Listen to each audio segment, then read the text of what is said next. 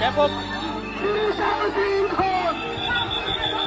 আমরা দেখতে পাচ্ছি একজন শিক্ষার্থী কিন্তু প্রধান উপদেষ্টার বাসভবনের সামনে চাকরি প্রার্থীদের বিক্ষোভ, ছত্রভঙ্গ করতে পুলিশের টিয়ারশেল নিক্ষেপ।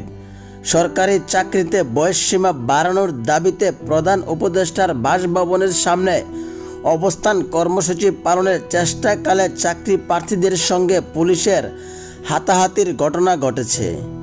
আজ সোমবার দুপুর এই ঘটনা ঘটে। প্রত্যক্ষদর্শীরা জানান, সরকারি চাকরিতে আবেদনের বয়সসীমা 30 বছর থেকে বাড়িয়ে 35 বছর করার দাবিতে বিক্ষোভরত চাকরি প্রার্থীদের ছত্রভঙ্গ করতে পুলিশের টিয়ারশেল নিক্ষেপ।